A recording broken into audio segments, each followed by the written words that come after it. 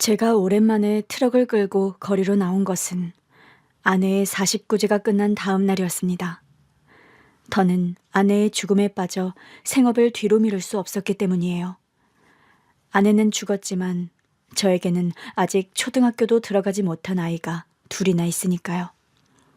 좀 괜찮아지나 했는데 아니나 다를까 49제를 끝내고 나니 아내가 죽은 것이 바로 어제 일처럼 슬픔이 파도처럼 밀려오더군요.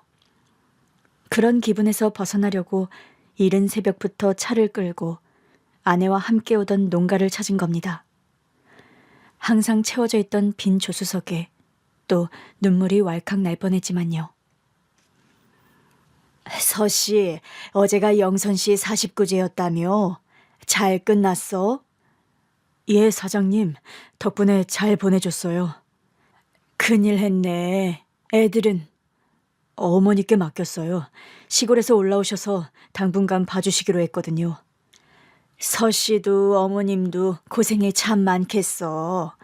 좀 더 쉬지 벌써 나온 거야? 애들이 있으니 빨리 일해야죠. 어머니도 오셨고. 그래, 살 사람은 살아야지. 오늘도 가득 채워줘? 네, 다 채워주세요. 산지에서 배추나 감자 같은 작물을 떼다 파는 일을 한 건 3년 전부터였어요. 저도 아내도 일반적인 일을 하기엔 신체적으로 부족한 부분이 있어 택한 일이었죠. 전 재산을 팔아 마련한 중고 1톤 트럭은 저희 살림의 든든한 미천이 되었습니다. 많은 돈을 벌긴 힘들었지만 어떻게 내 식구 살아갈 수 있는 정도는 벌 수 있었어요. 서씨, 이것 좀 가져가요. 애들 줘. 아주머니, 이게 뭐예요? 별거 아니고 애들 과자랑 반찬 몇 가지 좀 쌌어. 아유, 뭐 이런 걸 다. 내가 영선이만 생각하면 자다가도 울컥해. 기운 내고 애들 생각해서라도 잘 버텨요. 감사합니다. 정말 감사합니다, 아주머니. 기운 내볼게요. 아내가 살아있었을 때는 함께 오던 농가였습니다. 아내를 아는 농가 사장님들께서도 아내 소식을 듣고 장례식장에 참석해 주셨죠. 정말 감사하게도 제 사정을 살펴주시고 이런저런 배려도 많이 해주셨어요. 이런 분들 덕분에 제가 어떻게든 기운을 차리고 일터로 나올 수 있었습니다. 아내는 죽기 전 아이들 걱정이 많았어요. 그래서 죽는 그날까지도 제게 당부 또 당부했었죠. 여보, 우리 민지랑 치호 잘 부탁해. 나 당신만 믿을게. 애들 걱정하지 마. 내가 당신 없이 애들 하나 못 키울 것 같아서 그래? 아니, 그게 아니라 엄마 빈자리 너무 오래 두지 말라고. 그게 무슨 소리야? 뭐 애들 새엄마라도 만들어주라. 지금 그런 소리야? 당신은 나 없이도 살겠지만 애들은 다르잖아. 애들한테는 엄마가 필요해. 나도 그랬었고 나는 그게 제일 미안해서 그래. 나는 조금 부족한 엄마여도 꼭 우리 애들 옆을 지키고 싶었던 거 당신도 알잖아. 쓸데없는 소리 하지 마. 내가 당신 몫까지 다 할 거니까. 그리고 왜 그런 소리를 해? 당장 갈 사람처럼. 언제고 갈 텐데. 작별 인사는 미리 해두는 게 좋지. 허무하게도 아내는 그 인사를 하고 그날 밤 세상을 떠났습니다. 1년여간의 투병 생활을 하면서도 컨디션이 나쁘지 않아 항상 함께 장사길에 오르곤 했는데 자리에 들어놓은 지 일주일 만에 갑작스럽게 가버렸어요. 언제고 죽을 병이란 건 알았지만 그렇게 허무하게 가버릴 줄은 상상도 못했습니다. 아내를 처음 만난 곳은 신체적으로 불편함이 있는 사람들이 모여있는 종교시설에서였어요. 저는 어렸을 때 앓은 소아마비의 후유증으로 다리를 절었습니다. 그곳에 있는 어린아이 중 저처럼 걷는 게 좀 불편한 애들도 있었죠. 우연히 거리에서 만난 수녀님과의 인연으로 작은 후원을 하게 된 지 불과 석 달 만의 일이었습니다. 동우 씨, 그러지 말고 우리 애들 좀 만나볼래요? 애들이요? 우리 시설에는 동우 씨처럼 제대로 걷는 게 힘든 애들도 있거든요.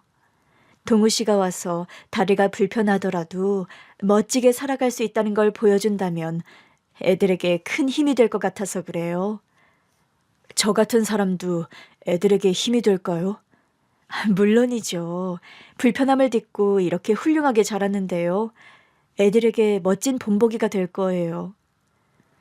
그래서 저는 제가 가진 옷 중 가장 깔끔한 옷을 입고 아이들이 좋아할 만한 과자를 사들고 그곳에 방문했습니다. 저 같은 사람도 힘이 될 거라는 수녀님의 말에 반신반의했는데 아이들은 저를 산타클로스 할아버지라도 되는 것처럼 정말 반겨주었어요. 우와, 아저씨, 이거 다 우리 거예요? 정말 우리가 다 먹어도 돼요? 이거 나 진짜 좋아하는 건데.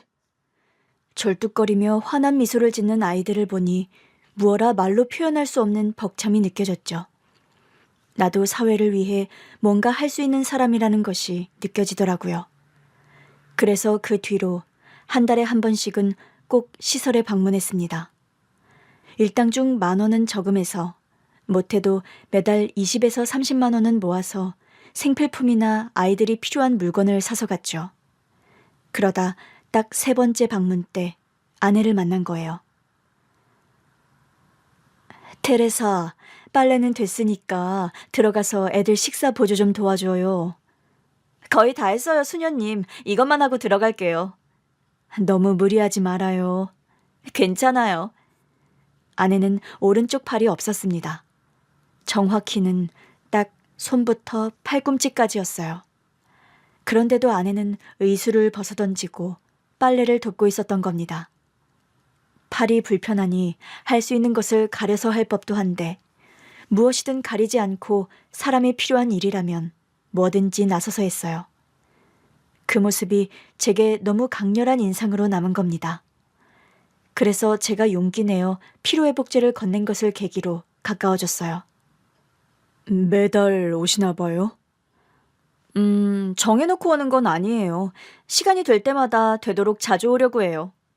여기 오면 마음이 편해지잖아요. 그렇지 않아요? 맞아요. 마음이 편해지고 따뜻해지고 여기서 살고 싶다는 생각도 들더라고요. 그렇죠. 어렸을 땐 감옥 갔더니 저도 비슷한 곳에서 살아본 적 있거든요. 처음부터 여기로 들어왔으면 저도 내내 살고 싶다고 생각했을 거예요. 좋은 분들이 많잖아요. 저는 혹시 말 실수했나 싶어 말문이 막혔습니다. 이곳엔 장애가 있거나 부모가 없는 아이들이 있는 곳이었으니까요. 하지만 아내는 개의치 않고 웃으며 덧붙이더라고요. 놀랬어요? 이거 흠 아닌데. 부모가 없는 게 흠이 아니라는 거 아시잖아요. 물론이죠. 부모가 없는 게 왜 죄입니까? 없고 싶어서 없는 것도 아닌데. 맞아요. 없고 싶어서 없는 것도 아닌데요. 저희 부모님은 제가 어렸을 때 돌아가셨어요. 그래서 보육원에서 자란 기억이 더 많아요. 아, 그렇구나. 혹시 베로니카 수녀님 만나서 오신 분이 그쪽이에요? 네네. 우연히 거리에서 만나게 돼서.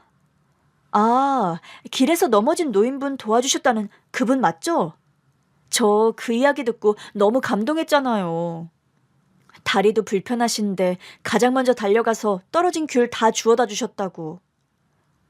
아, 칭찬받으려고 한 일은 아닌데 그걸 다 말씀하셨어요? 원래 칭찬받을 일은 널리 널리 알려서 본보기를 만들어야 하거든요. 저 그래서 그 이야기 듣고 길거리 다닐 때마다 유심히 보잖아요. 어디 도움이 필요한 사람 없나. 원래 저 걸을 때 멍 때리고 다니거든요. 대단하신 거예요, 진짜. 아내는 상당히 유쾌한 사람이었습니다. 저뿐만 아니라 아내와 이야기하는 사람들은 다 웃고 있었어요. 주변 사람들을 웃게 하는 재주는 진짜 큰 재주거든요. 저는 짙은 구름이 낀 하늘 아래를 걷는 기분으로 살았는데 신기하게도 제 인생에 구름이 걷히는 기분이 들었습니다. 다음 만남을 위한 한 달이 너무 즐겁고 행복한 거예요. 그렇게 자주 만나면서 개인적인 연락처도 주고받게 됐고 시설 밖에서도 아내를 만나 식사하기도 했습니다. 아내는 청소업체에서 일하고 있었어요. 그곳에서도 아내는 햇살 같은 존재로 신체적 한계를 뛰어넘어 가장 인정받는 사원 중 하나였죠. 테레사님은 어떻게 그렇게 항상 에너지가 넘치세요? 그래 보여요? 타고난 것 같아요. 항상 활기가 넘치거든요. 대단하신 것 같아요. 물론 처음 팔이 이렇게 됐을 때는 의기소침해져서 오랫동안 우울해하긴 했어요. 그런데 보육원에서 나와 좋은 사람들을 정말 많이 만났거든요. 보육원에서는 퇴소를 앞둔 애들한테 뭐라고 하는 줄 알아요? 뭐라고 하는데요? 동물원에서 자라 야생에 내던져지는 덤불쥐요. 아프리카 초원에서 하위 개체 중 하나거든요. 근데 그 말이 딱 맞더라고요. 아, 덤불쥐. 저는 덤불쥐가 어떻게 생겼는지도 몰랐지만 아내가 한 말이 어떤 의미인지 알겠더라고요. 아내의 삶이 얼마나 힘들었는지 짐작이 되었는데 정작 아내는 대수롭지 않아 했습니다. 처음엔 좀 억울하더라고요. 동물원에서 자라는 동물들이 얼마나 많은데 하필 쥐라고 하나. 누구는 쥐로 태어나고 왜 누구는 사자로 태어나나 싶어서요. 근데 막상 사회에 나가보니까 좀 다른 거 있죠? 그래요? 네, 제가 쥐는 맞는데 저를 잡아먹으려는 사람들은 없었어요. 물론 한 번씩 뱀 같은 사람들이 있긴 했는데 그때마다 도와주는 사람들이 더 많았거든요. 그래서 그때 느꼈어요. 아, 세상은 내가 걱정했던 것보다 훨씬 살만하구나. 우리 사장님도 봐요. 저 여기 면접 보러 올 때 의수 빼고 왔거든요. 팔 없는 거 보고 뭐라고 한 줄 아세요? 그래도 하나는 있어 다행이네요. 문제 없어요. 라고 하는 거 있죠. 완전 쿨해요, 우리 사장님. 아내는 정말 긍정적인 사람이었습니다. 남들은 큰일처럼 생각하는 일도 대수롭지 않게 여기고 언제나 웃음으로 넘겼어요. 그래서 좋은 일만 생기는 것 같다는 생각이 들더라고요. 아내와 함께 있다 보니 저도 자연스레 그 에너지가 전염이 됐는지 만나는 사람마다 요즘 왜 그렇게 얼굴이 폈냐는 소리를 하더라고요. 동우 씨, 요즘 무슨 좋은 일 있어? 싱글벙글 입이 귀에 걸렸는데. 혹시 연애하는 거 아니야? 여자 생겼지? 여자는 무슨 그런 거 아니에요. 세상에 절대로 숨길 수 없는 세 가지가 있대. 재채기, 가난, 그리고 나머지 하나가 사랑이래. 그 말을 들으니 알 것 같았습니다. 맞네. 재채기도 가난도 숨길 수 없는 것처럼 사랑도 그렇겠구나 해서요. 그때 저는 그 아내를 잡아야겠다고 생각한 겁니다. 살면서 그만한 사람을 만날 수 없을 것 같다는 확신이 들었거든요. 그래서 시설에서 함께 크리스마스 행사를 한 그날 밤, 제 마음을 솔직하게 고백했어요. 태어나 누군가에게 제 마음을 그렇게 직설적으로 표현해 본 적이 없으니 너무 어렵더라고요. 저기, 테레사님, 저 테레사님 좋아합니다. 만나보지 않겠어요? 네? 좋아요. 네? 좋다고요. 멋이라곤 쥐뿔도 없는 그 말에 실망하면 어쩌나 마음을 졸였는데 아내는 호탕하게 웃으며 흔쾌히 수락했습니다. 제가 한 말을 잘못 이해한 게 아닐까 싶을 정도로요. 나중에 왜 그런 멋도 없는 고백을 받아들였나 물었더니 그러더라고요. 확실히 멋없는 말이긴 했지. 근데 100마디 말보다 당신 표정 하나면 됐다 싶더라. 당신 몰랐지? 그 말할 때 당신 입술이 그냥 바들바들 떨리는 거야. 보니까 얼마나 떨고 있던지 누가 보면 내가 당신 잡아먹는 줄 알겠더라니까. 내가 그렇게나 떨었다고? 그래, 정말 기가 막히게 떨었지. 어쨌든 아내는 제 진심을 받아들인 것이었어요. 그날부터 딱 1년 사귀다 결혼에 이르렀습니다. 저희 부모님도 아내를 무척 좋아했어요. 매사에 소심하고 조심스러운 구석이 있는 저와 달리 호탕하고 뭐든지 자신감 있게 하는 아내의 성격이 제게 꼭 필요하다 생각하신 거지요. 결혼식은 우리가 처음 만난 시설에서 했어요. 정말 말도 못하게 행복하고 완벽한 결혼식이었죠. 그렇게 딸 둘을 낳았고 아내가 있었던 동안 하루도 행복하지 않은 적이 없었습니다. 농가에서 물건을 싣고 도시로 돌아온 저는 주택가 근처 담벼락에 차를 세우고 장사 준비를 시작했어요. 얼마나 지났을까. 뒤쪽으로 비싼 차 한 대가 서더니 어떤 남자가 내려 저한테 다가오더라고요. 저기 사장님, 죄송하지만 자리 좀 비켜주시겠어요? 네? 왜요? 저희가 여기 볼 일이 있어서요. 많은 차가 주차된 담벼락에서 굳이 저를 꼭 집어 비켜달라는데 마음이 상하지 않을 수가 없었습니다. 내가 다리를 전다고 나를 무시하나 그런 자격지심도 들었고요. 울컥 짜증이 나려는데 아내라면 어땠을까 싶어 참았지요. 그래서 다시 한번 정중히 물었어요. 찾아보면 다른 자리도 있을 텐데 굳이 이미 주차하고 장사 준비하는 이 자리를 비켜달라고 하는 이유가 뭔가요? 그게 다른 자리는 차주가 보이지 않고 이쪽 담벼락이 사람들 눈에 가장 띌 것 같아서요. 실례가 안 된다면 지금 이 트럭에 실린 물건도 다 제가 사겠습니다. 예? 이 물건을 다 산다고요? 별 이상한 사람 다 보겠다 싶었습니다. 차를 보아하니 벤츠로 비싸 보이는 차였는데 잘 사는 집이라 1톤 트럭에 실린 물건은 푼돈인가 싶더라고요. 본격적인 장사를 시작하기도 전에 물건을 다 사겠다는 사람이 나타났는데도 기쁘지 않은 이유였습니다. 그런데 그 남자는 다시 한번 정중히 부탁하더라고요. 실은 저희 어머니께서 수십 년째 잃어버린 딸을 찾고 있는데 아시는 분께서 여기에 전단을 붙이고 사람을 찾은 적이 있다는 말을 들어서요. 지푸라기라도 잡는 심정으로 이곳에 전단을 붙이고 싶어서 그럽니다. 그리고 제게 고개를 숙여 부탁하는데 마음이 안 좋더라고요. 그곳에 전단을 붙인다 한들 수십 년째 못 찾은 딸을 찾을 수 있겠습니까마는 그래도 사람 마음이 그렇지 않잖아요. 그냥 다른 데다 하자 싶어 알겠다고 했습니다. 굳이 물건은 사줄 필요 없다고 하면서요. 다시 이동하기 위해 물건 정리를 하는데 차에서 나이 든 여자가 나오더라고요. 그리고 남자처럼 저에게 정중히 고개를 숙이며 다시 한번 감사하다 인사하셨죠. 고맙습니다, 사장님.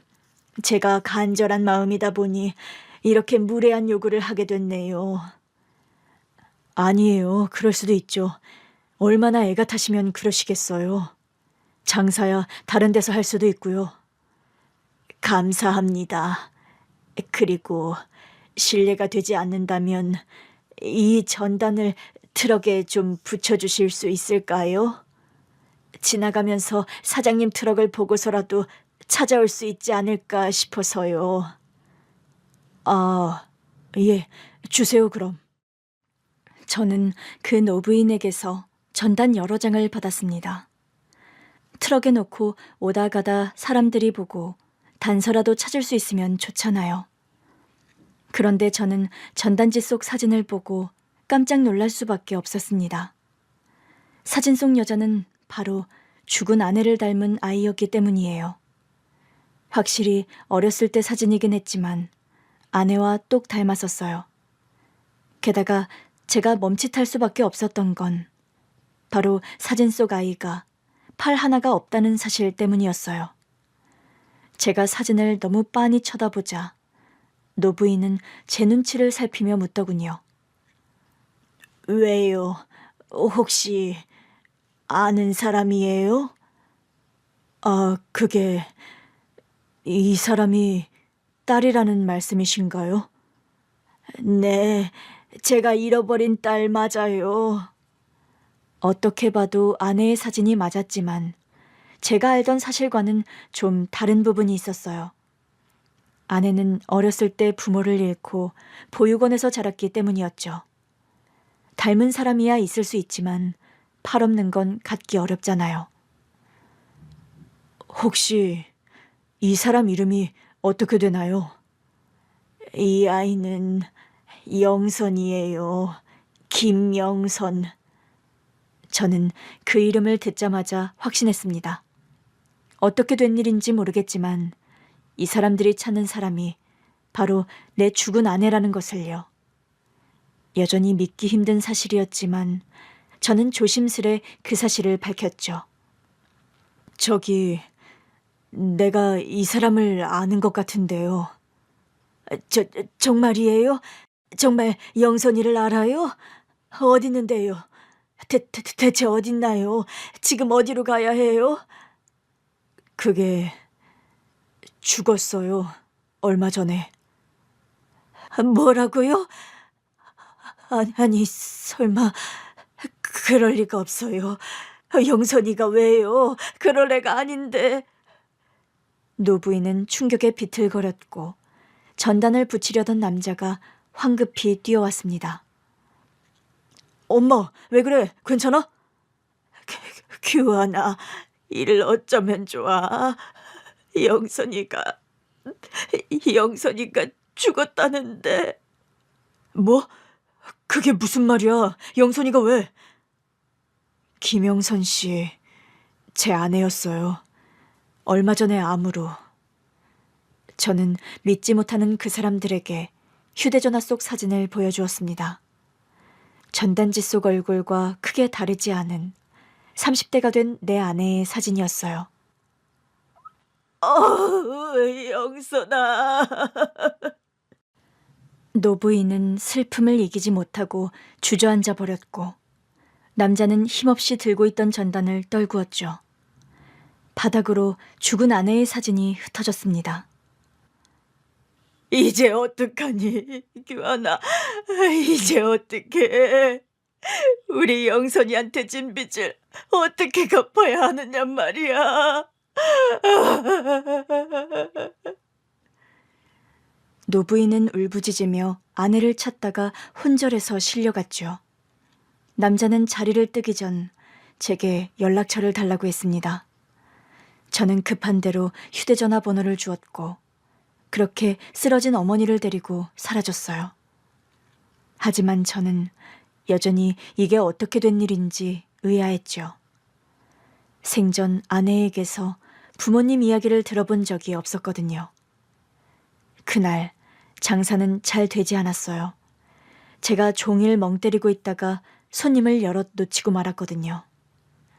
다음 날 장사를 하기 위해 집을 나서려는데 그 남자에게서 연락이 왔고 우린 다시 만나게 되었습니다. 너무 늦었지만 영선이 납골당이라도 가서 못다한 말을 하고 싶어 찾아왔어요. 어딘지 같이 가주실 수 있을까요? 저희 어머니께서 너무 원하세요. 저는 고민 끝에 그 남자의 차에 올랐습니다. 죽은 아내를 기리기 위한 자리라는데 안내하지 못할 것도 없었으니까요. 하지만 그 전에 어떻게 된 인연인지 알고 싶었어요. 그래서 아내의 납골당에 가는 동안 그 사연을 묻게 되었죠. 영선이는 부모가 없었어요. 그런데 갑자기 딸을 찾으러 왔다며 제 아내를 찾으니까 당황스럽네요. 그 애는 엄밀히 말하면 저희 가족은 아니었어요. 그래요. 영선이는 내가 양녀로 삼으려 했던 아이예요. 처음 그 아이를 품기로 한 그날부터 그 애는 한순간도 제 딸이 아닌 적이 없었습니다. 그 말을 하던 노부인은 다시 눈물을 쏟았습니다. 도저히 더는 이야기하기 힘든 지경으로 눈물을 흘리자 남자가 나섰죠. 남자는 제 아내를 13살 때 만났다고 했어요. 영선이 이야기를 하려면 제 이야기를 먼저 해야 하니 양해 부탁드립니다. 저희 할아버지께서는 공장을 운영하셨습니다. 저도 지금 그 가업을 물려받아 하고 있죠. 영선이는 제 할아버지 공장에 다니던 한 직원의 조카였어요. 영선이는 어려서 부모를 잃고 이모 집에서 자랐거든요. 그때만 해도 지금보다는 공장 규모가 적은 편이었는데 할아버지께서는 한 달에 한 번씩 공장 직원들을 모두 모아 함께 식사하는 자리를 만드셨습니다. 직원들은 단순히 일을 해주러 온 사람들이 아니야. 이 사람들이 있기 때문에 우리 공장이 돌아가는 거지. 하루 정도는 공장 가동을 멈추고 우리 공장 식구들을 위한 시간을 가져야 해. 그래서 한 달에 한 번이면 공장의 직원들은 자기 가족들을 데리고 와 파티했어요. 보통은 삼겹살 파티였는데 때에 따라 수육, 치킨, 피자 다양했습니다. 그러다 보니 직원들 간의 거리가 가까웠고 애사심이 컸죠. 저도 그날을 참 좋아했는데 그날만큼은 학원에 가지 않아도 됐거든요. 그날은 아빠나 엄마를 따라온 아이들도 무척 많았는데 저도 그 애들과 함께 어울려 놀았죠. 규하나, 오늘 공장에 놀러오는 아이들은 모두 우리 공장을 위해 열심히 일해주시는 분들의 아이들이야. 그러니 우리에겐 귀한 손님들이지. 그 손님들을 어떻게 대접해야 하는지는 잘 알겠지? 네, 할아버지, 염려 마세요. 너보다 나이가 많든 적든 귀하게 대해라.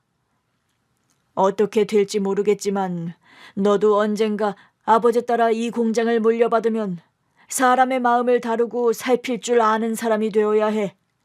그것도 경영의 일부다. 네, 명심할게요, 할아버지.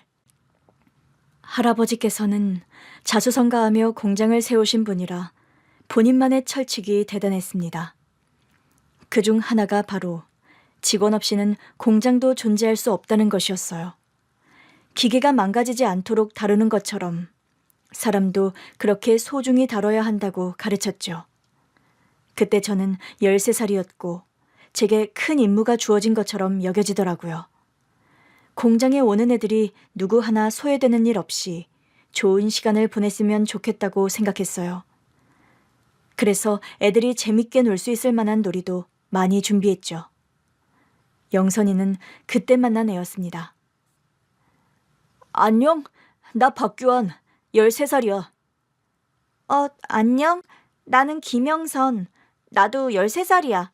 나는 이모부 따라왔어. 부모님이 안 계시거든. 그때 저는 정말 많은 준비를 했었어요.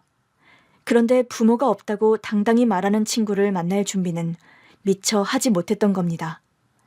그래서 영선이의 말에 깜짝 놀라 말문이 막혀버렸죠.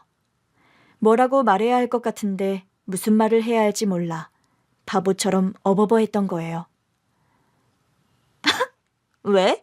부모님 안 계신다고 하니까 놀랐어? 아니, 그게... 그럴 수도 있지 뭐. 그래도 이모랑 이모부가 계셔서 잘 지내고 있어. 덕분에 이렇게 공장 구경도 다 해보고 엄마 아빠랑 살았으면 못 해볼 경험이지. 영선이는 참 긍정적이고 밝은 애였어요. 저였더라면 그런 생각은 못했을 것 같은데 부모님이 없다는 사실이 그 애한테는 아무런 문제가 되지 않는 것처럼 보였죠.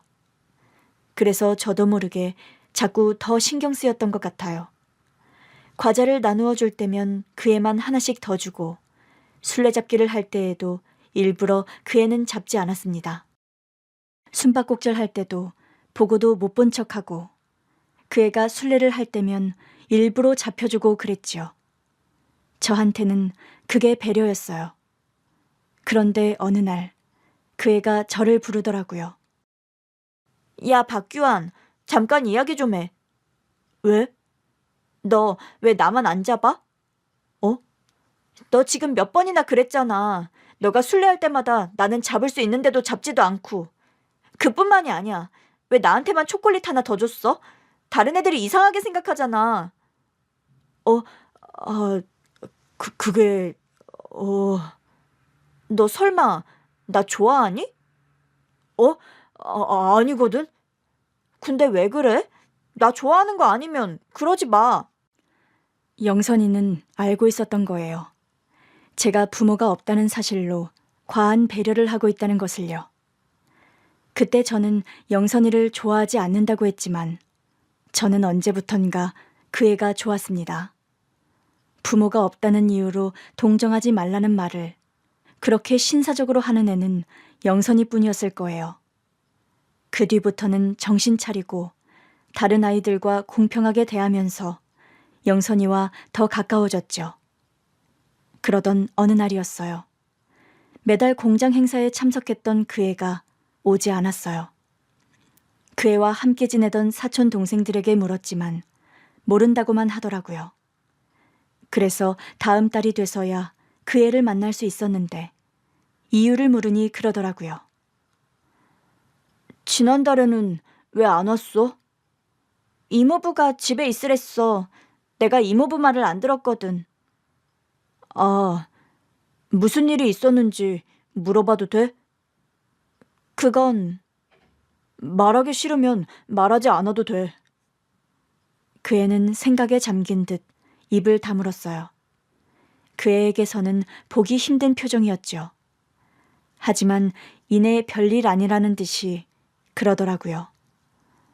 이모부가 술 마시고 우리 부모님에 대해 안 좋은 이야기를 했거든. 그래서 화가 나서 대들다가 그렇게 됐어. 아, 그랬구나. 많이 속상했겠다. 이모부도 힘들겠지. 이모가 원해서 나를 데리고 있긴 하지만 자기 자식도 아닌데 뭐. 한두 번 있는 일도 아니야. 술 마시거나 이모랑 싸울 때면 항상 나를 걸고 넘어졌으니까. 이모부가 그럴 때마다 속상한 건 내가 할 수 있는 게 없다는 거야. 그냥 그런 말 하지 마세요. 그런 거 정도? 힘들었겠다. 그래서 난 빨리 어른이 되고 싶어. 어른이 돼서 자유롭게 살 거야. 저는 그동안 그 애가 마냥 밝고 긍정적인 아이인 줄만 알았는데 그게 아니더라고요. 슬픈 일이 있어도 무덤덤한 척, 속상한 일이 있어도 별일 아닌 척. 그게 습관이 된 애였습니다. 그렇게 말할 때 정말 눈이 슬퍼 보였거든요. 그래서 그 애를 돕고 싶었나 봐요. 제가 뭐라도 할 수 있으면 좋겠다는 생각에 한 행동이 그 애에게 독이 됐지만요. 부모님과 식사할 때 슬며시 그의 이야기를 꺼낸 것이죠. 엄마, 영선이 알지? 긴 머리 묶고 온 나랑 동갑이네. 영선이 알지. 그 김홍식 씨랑 같이 오던? 아, 김홍식 씨? 알지. 그 집에 애가 셋이던가?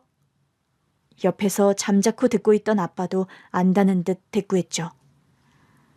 근데 영선이는 그 아저씨 딸이 아니래. 그래? 그럼 누군데? 그 아저씨가 영선이 이모부래. 근데 아, 그래. 근데 왜? 집에서 별로 행복한 것 같지 않았어. 왜? 영선이가 무슨 이야기 했어? 저는 그날 두 분께 영선이에게 들은 이야기를 전했고 부모님의 표정은 좋지 않았습니다. 개인적인 집안 사정이니 섣불리 말을 얹긴 힘들지만 아이가 불쌍하다고 했어요. 저만 그렇게 생각하는 게 아니었구나 싶어 다행이다 했습니다. 지금 생각해보면 생각이 짧았던 행동이었어요. 그렇게 이야기한다고 해서 엄마 아빠가 도와줄 수 있는 게 없었는데 말이에요. 마치 누군가의 잘못을 이르듯이 그런 이야기를 한 것이지요. 차라리 그렇구나 하고 말았으면 좋았을 텐데 아버지께서 그의 이모부를 따로 부른 모양이었습니다. 며칠 후 저녁 식사 시간에 두 분이 그런 대화를 나누시는 거예요. 그 김홍식 씨 말이야. 사람이 좋아 보이진 않더라고. 왜요? 김홍식 씨라면 전에 규환이가 말했던 영선이 그 이모부 맞죠? 집안일이니 그냥 넘어가려고 했는데 자꾸 규환이 이 녀석 말이 생각나 신경이 쓰이더라고. 우리 눈에는 보이는 그런 것들 있잖아.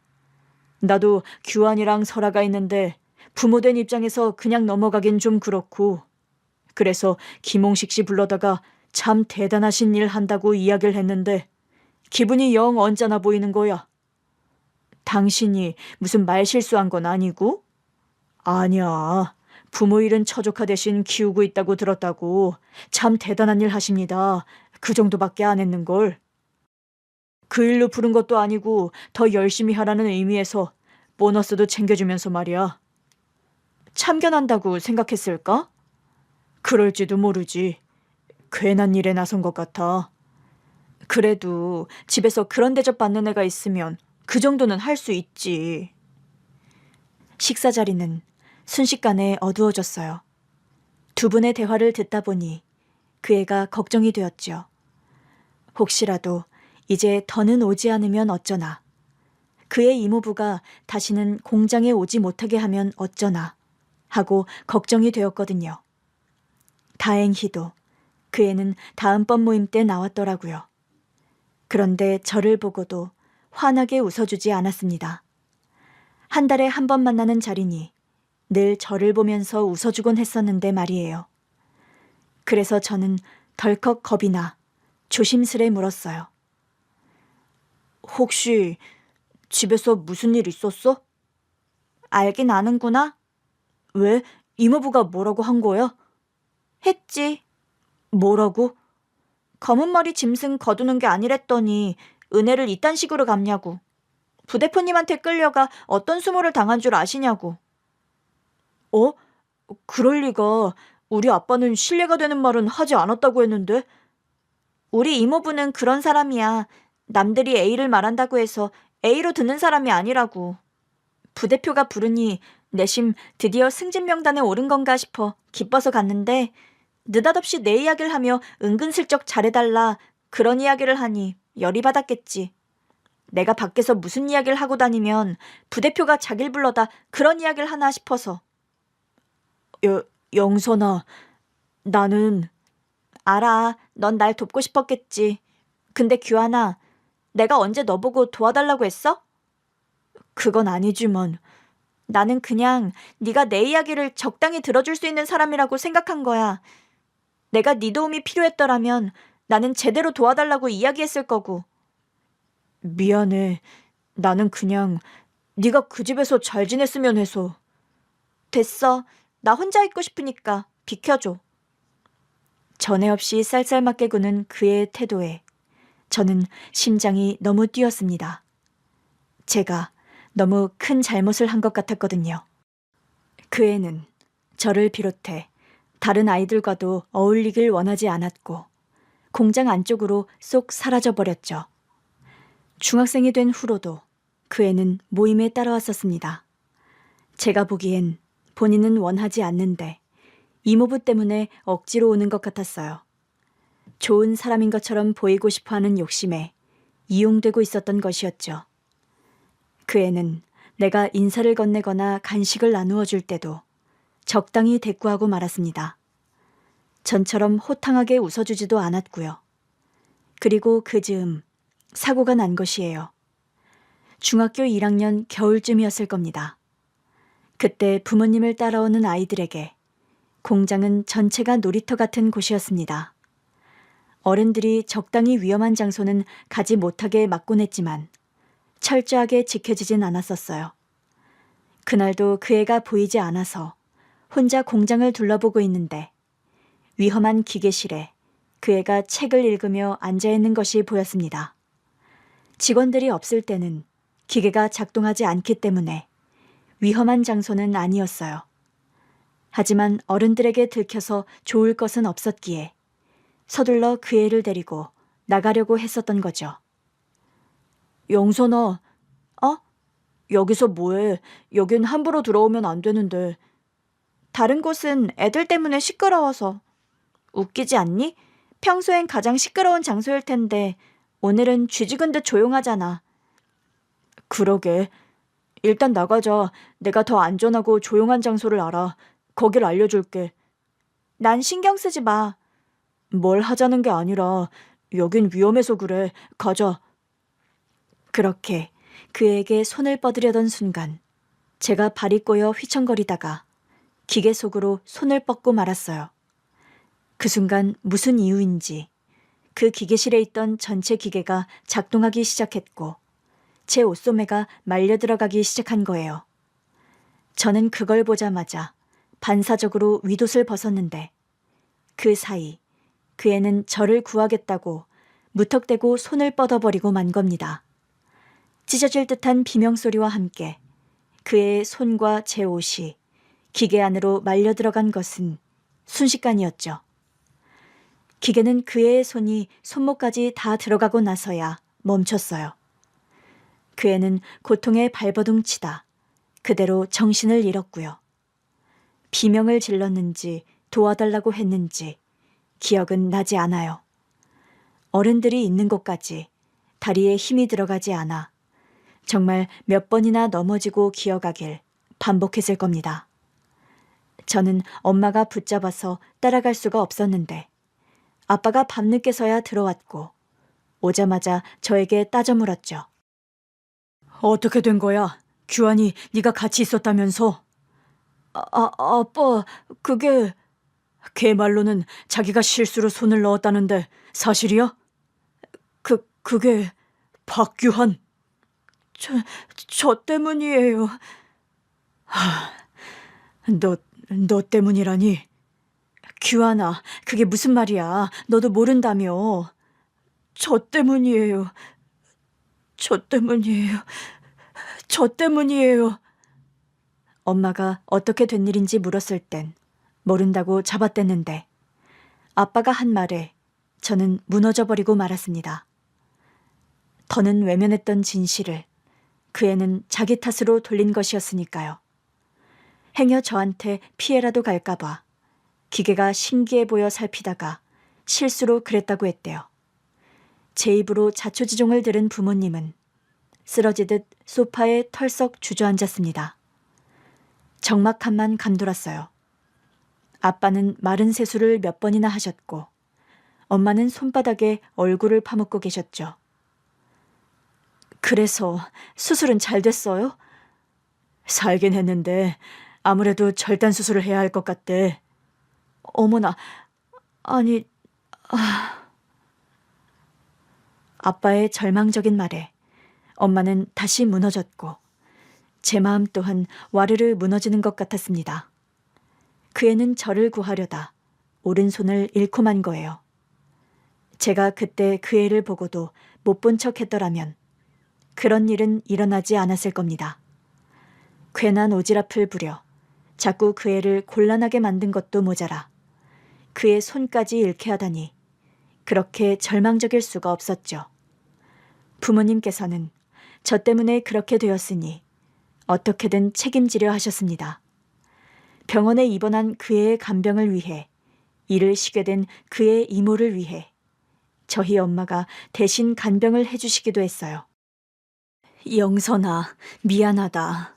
내 아들 때문에 네가 이렇게 됐으니 나는 어떻게 해야 할지 모르겠어. 괜찮아요, 아주머니. 괜찮기는 뭐가 괜찮아. 팔이 사라졌는데. 내가 너보다 살기는 몇 배는 더 살았는데도 이럴 땐 어떻게 해야 할지 모르는 걸 보니 나도 아직 멀었나 싶어 부끄럽구나. 미안해 정말. 규환아, 너도 어서 제대로 사과해. 저는 어느 정도 회복한 후에야 그 애를 만날 수 있었습니다. 저는 그 애를 보자마자 눈물을 꾹꾹 참아야 했어요. 사고 전 나 때문에 웃는 얼굴을 보이지 않았던 그 애가 절 보고 환하게 웃고 있었거든요. 그 순간까지도 그 아이는 다친 본인보다 제 마음을 더 걱정하고 있었던 거예요. 미안해 영선아. 내가 그때 넘어지지만 않았어도. 규환아, 네 탓이 아니야. 그건 사고였어. 누구도 예측할 수 없었던 사고. 만약 그렇게 되지 않았더라면 하는 가정은 이미 벌어진 일에는 소용이 없는 거야. 나는 살면서 엄마 아빠가 돌아가시지 않았더라면 이라는 가정을 수도 없이 하면서 살았어. 그런 건 다 소용없는 걸. 너 원망하지 않아. 손을 뻗은 건 나잖아. 영선아, 그래도 미안해. 나는 너한테 너무 미안해. 엄마는 그때 저와 함께 그 애를 만나고 난 후 말없이 줄곧 눈물을 훔치셨어요. 그리고 집에 와서 아버지와 대화를 나누며 그러시더라고요. 그날 영선이가 했던 이야기가 자꾸 귓가에서 맴돌아 사라지지 않는다고요.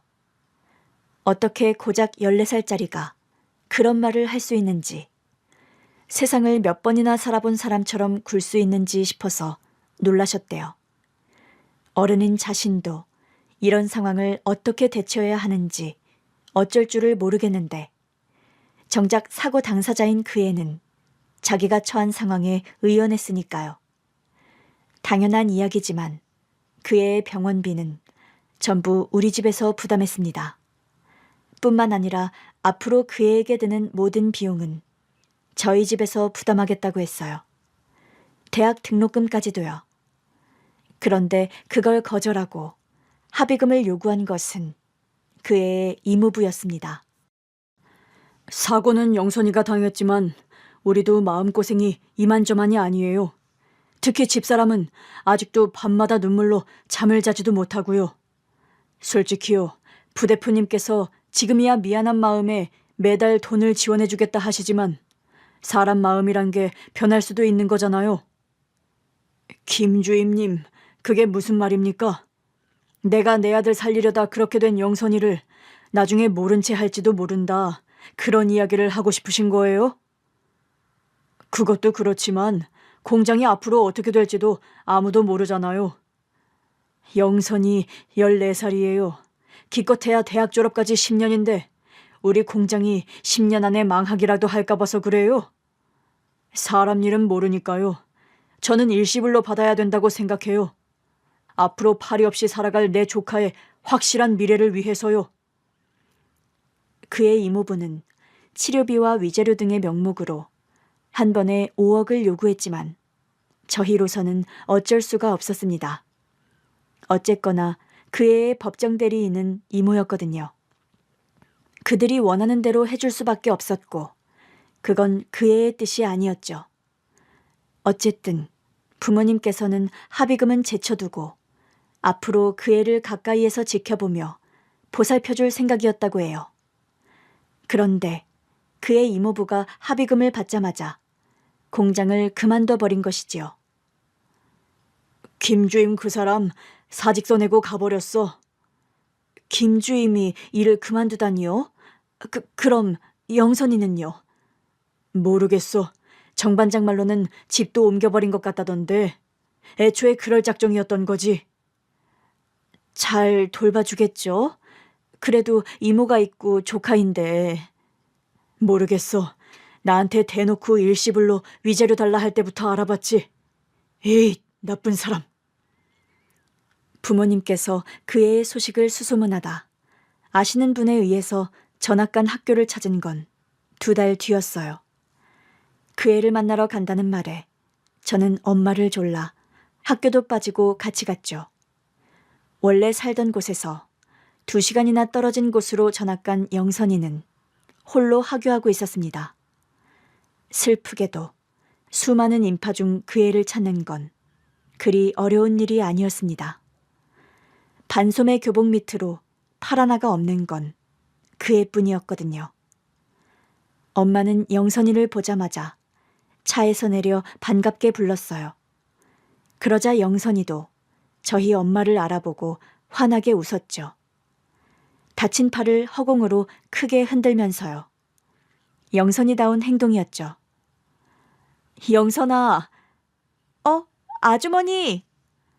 그 애는 곧장 빠른 걸음으로 저희 차로 왔습니다. 그리고 제가 있는 걸 보고 놀란 얼굴을 하더라고요. 그 애는 건강해 보였어요. 신체적으로나 정신적으로나. 걱정을 많이 했는데 다행이었죠. 엄마는 그 애를 데리고 근처 식당으로 데리고 갔습니다. 잘 지냈어? 얼굴은 좋아 보이는데. 그럭저럭이요. 아직 애들이 저한테 적응을 못 하더라고요.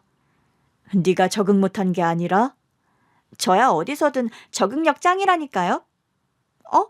규환이 너 핸드폰 샀어? 어. 우와, 나 좀 봐도 돼? 그때 저는 처음으로 갖게 된 핸드폰을 가지고 있었는데 신나게 제 핸드폰을 구경하더라고요. 그러면서 제 카메라에 사진을 남긴 것도 그 애였어요. 짱이다. 잘 나왔다. 그치? 어.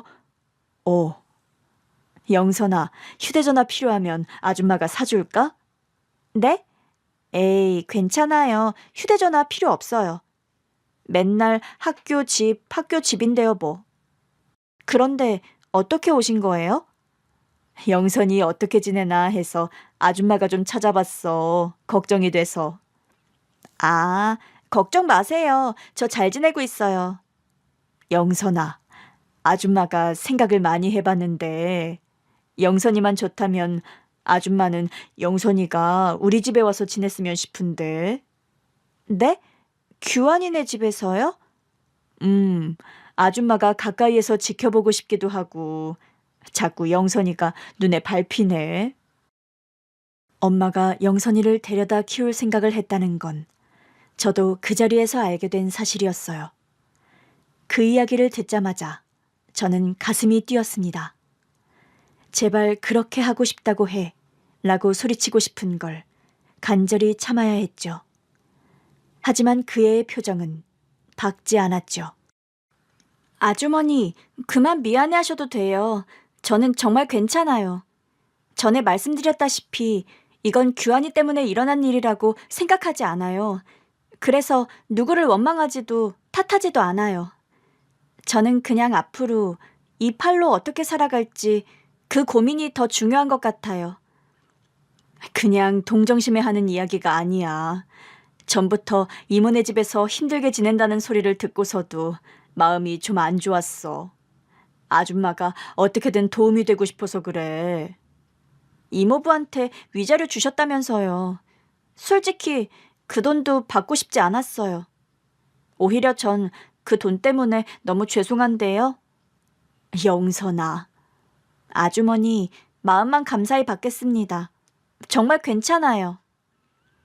엄마는 그날 어떻게든 그 애를 데려왔어야 한다고 두고두고 후회했습니다. 이미 그 애를 데려와 키우기로 마음먹은 그 순간부터 수양딸이라고 생각했으니까요. 결국 몇 달을 고민하다 아빠가 그의 이모부에게 입양 제안을 하려고 사람을 보냈었어요. 그런데 청천벽력 같은 소식만 가지고 왔죠. 뭐? 김주임이 망했다니? 그게 그때 부대표님께서 주신 보상금으로 투자를 했는데 그게 잘못된 모양이에요. 이혼 소송 중이랍니다. 뭐? 잠깐. 그럼 영선이는? 그게 행방을 알 수가 없더라고요. 행방을 알 수가 없다니 그게 무슨 소리야? 이웃들 말로는 언젠가부터 그 집 큰딸이 보이지 않았다고 해요. 넌지시 물었더니 공부하라고 아는 친척 집에 보냈다는데 사실인지는 알 수 없고요. 그럼 김주임이나 그 이모란 사람이라도 만나서 알아봐야지. 김주임도 그 이모란 분도 찾을 수가 없습니다. 순식간의 일이었습니다. 그 뒤로 부모님께서는 그 애의 행방을 찾기 위해 백방으로 수소문했지만 찾을 수 없었고요. 그리고 바로 어제 처음으로 그의 소식을 들은 거예요. 남자의 말이 끝나자 차 안에는 뒷좌석에 앉은 노부인의 흐느끼는 소리만 남았습니다. 가슴에 무언가 무거운 돌이 얹힌 기분이 들었어요. 아내는 제게 어렸을 때 사고라고만 했었습니다. 저도 제 다리로 인해 얼마나 힘들었는지 아내에게 말하지 않았듯이 아내도 자기 팔이 왜 그렇게 됐는지 굳이 말하지 않았어요. 저희에게는 이 이유가 필요하지 않았으니까요. 흐느끼던 노부인은 연신 코를 훌쩍거리며 말을 이었습니다. 안 그래도 힘든 삶을 살아야 했던 아이가 내 아들 때문에 더 힘들어졌다는 사실이 나를 너무 힘들게 했어요. 그리고 영선이는 그냥 있기엔 너무 좋은 아이였어요. 착하고 의젓하고 의연하고 더 일찍 데려왔어야 했는데 차라리 그때 핸드폰이라도 사줬으면 이 지경까지 되진 않았을 텐데. 우리는 다 함께 아내의 납골당을 찾았습니다. 아내의 사진을 보고 아주머니는 차마 못 보겠다는 듯 눈을 질끈 감으셨죠. 남자는 오랫동안 아내의 사진을 빤히 바라보더라고요. 무슨 생각을 하는지 모르겠지만 그 표정엔 깊은 회환과 후회가 가득해 보였습니다. 그리고 목이 맨 목소리로 물었죠. 힘들어하진 않았나요? 네? 살면서 팔 때문에 힘들어하거나 아파하진 않았는지. 아니요. 그렇게 어두운 과거가 있다는 것이 믿기지 않을 정도로 굉장히 밝은 사람이었어요. 팔이 없다는 사실로 힘들어하거나 절망하는 사람도 아니고요. 저한테는 정말 존경스러운 사람이었어요. 지금도 내 아이들이 더도 말고 덜도 말고 딱 내 아내처럼만 자랐으면 좋겠다고 생각할 정도로요. 감사합니다. 그 사람들은 그곳에 오랫동안 머물렀습니다. 멀리 떨어져 그 모습을 지켜보았어요. 아내가 보고 있으려나, 저 사람들을 그리워했으려나 하고요. 그렇게 집으로 돌아간 뒤 며칠 후 그 남자에게서 다시 연락이 오더라고요. 할 말이 있다기에 장사를 하다 말고 근처 카페로 트럭을 몰고 갔습니다. 저희 어머니랑 오랫동안 이야기하고 고민 끝에 말씀드리니 부디 기분이 상하시거나 혹은 오해는 하지 않으셨으면 좋겠습니다. 무슨 일로? 제가 서동우 씨에게 경제적 지원을 해드려도 될지. 예? 어머니께서 어떻게든 영선이가 남긴 가족들에게 뭐라도 해주고 싶다는 생각이 강하셔서요. 저도 마찬가지고요. 영선이는 늘 이미 벌어진 일은 있고 앞으로의 일을 준비하면 된다고 하던 아이였어요. 이미 죽은 영선이를 위해 할 수 있는 일이 뭘까 생각했는데 남은 가족들을 보살피는 게 저희가 할 수 있는 최선이라는 생각이 들어서요. 그래서 저희가 서동우 씨와 아이들이 생활할 수 있는 주택을 지원하고 서동우 씨가 우리 공장에서 일할 수 있도록 자리를 마련하고 싶습니다. 그야말로 생각지도 못한 제안이었습니다. 거절할 이유가 없는 제안이었지만 제가 감히 수락해도 되나 싶었어요. 이 방법이 아니면 저도 저희 부모님도 영선이에게 진 빚을 갚을 길이 없습니다. 부디 수락해 주세요. 하늘에 있는 영선이가 남긴 선물이라고 생각하시면서요. 저는 그 자리에서 수락하지는 못했습니다. 그래서 오랜 고민 끝에 저는 남자가 주겠다는 집을 아이들 명의로 받았습니다. 제 능력으로는 상상할 수도 없을 만큼 근사한 아파트예요. 그리고 다음 주에 첫 출근을 앞두고 있죠. 아직도 어안이 벙벙합니다. 그리고 한편으로는 씁쓸해요. 좋은 집, 좋은 직장을 가졌지만 여전히 제 아내는 제 옆에 없으니까요. 아내가 남긴 선물이라고 생각해달라는 그 남자의 말을 자주 곱씹는 요즘입니다. 그렇게라도 생각하지 않으면 아내 없이 누리는 이 호사가 하나도 기쁘지 않거든요. 하늘에서 보고 있다면 걱정하지 말라고 전해주고 싶습니다. 정말 열심히 살아서 우리 애들 멋지게 키워낸 후에 그때 만나러 갈 테니 기다려 달라고도요.